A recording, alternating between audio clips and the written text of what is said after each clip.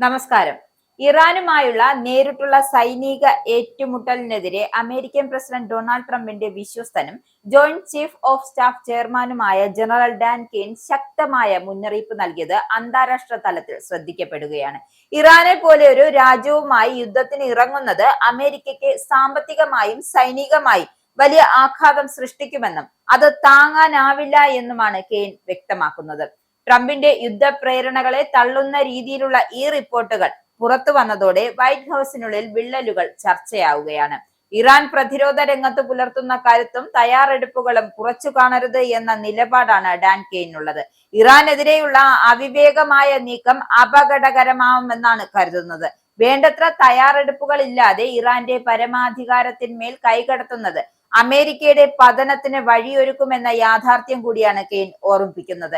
ഇറാനെ പോലൊരു ശക്തിയെ നേരിടുമ്പോൾ അമേരിക്കൻ ഭരണകൂടം പുലർത്തുന്ന ലാഘവ ബുദ്ധിയെ സൈനിക നേതൃത്വം ആശങ്കയോടെയാണ് നോക്കിക്കാണുന്നത്. ഒരു ഏറ്റുമുട്ടൽ ഉണ്ടായാൽ അത് അമേരിക്കയ്ക്ക് എളുപ്പത്തിൽ ജയിക്കാൻ കഴിയുന്ന ഒന്നായിരിക്കില്ല എന്നും മറിച്ച് ഇറാന്റെ ഭാഗത്തു നിന്നുമുള്ള തിരിച്ചടി വിനാശകരമായിരിക്കുമെന്നും പ്രതിരോധ വിദഗ്ധർ മുന്നറിയിപ്പ് നൽകുന്നു. ട്രംപിന്റെ പെട്ടെന്നുള്ള തീരുമാനങ്ങൾ മേഖലയിൽ സമാധാനം തകർക്കുമെന്നതാണ് കെയ്ൻ മുന്നോട്ട് വെക്കുന്ന പ്രധാന വാദം.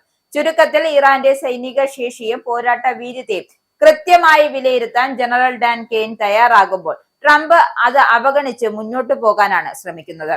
എന്നാൽ വിരമിച്ച ശേഷവും തിരികെ കൊണ്ടുവന്ന് 4-സ്റ്റാർ ജനറൽ പദവി നൽകിയ കെയ്ൻ തന്നെ യുദ്ധസാധ്യതകളെ എതിർക്കുന്നത് ഇറാന്റെ ശക്തമായ പ്രതിരോധ നിലപാടുകൾക്കുള്ള അംഗീകാരമായി പോലും വിലയിരുത്തപ്പെടുന്നുണ്ട്.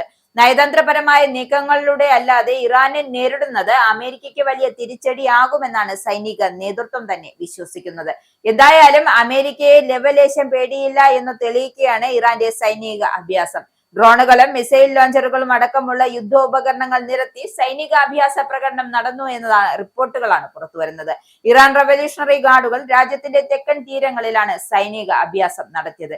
കരയിൽ നിന്നും കടലിലേക്ക് തൊടുത്തുവിടാനുള്ള മിസൈലുകളും റോക്കറ്റുകൾ, പീരങ്കികൾ, വിവിധ ഡ്രോണുകൾ എന്നിവ പരീക്ഷിച്ചതായാണ് പുറത്തുവരുന്ന വിവരം.